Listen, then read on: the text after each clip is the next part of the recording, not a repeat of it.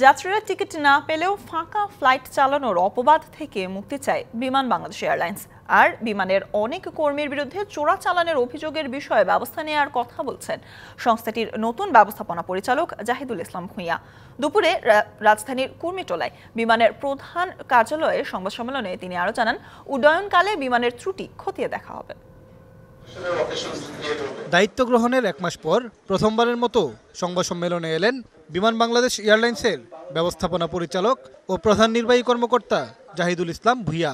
জানান, আগামী 10 বছরে বিমানের বহরে আরও 32টি উড়োজাহাজ যুক্ত করা হবে। টোটাল মোট 32টা এয়ারক্রাফট আমরা পরিকল্পনা করছি।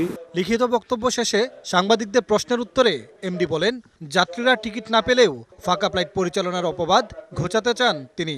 টিকিট নাই, আবার সিট ফাঁকা, এই ইয়ার থেকে যাতে আমরা ওপেনলি করে আমরা মুক্ত হইতে পারি। এবং এখানে আমি ট্রাভেল এজেন্ট আছে, সবার কাছে এই বার্তা দিয়েছি, আরও কঠিনভাবে দিব যে এই ইয়ার থেকে আমরা 100% মুক্ত হতে চাই।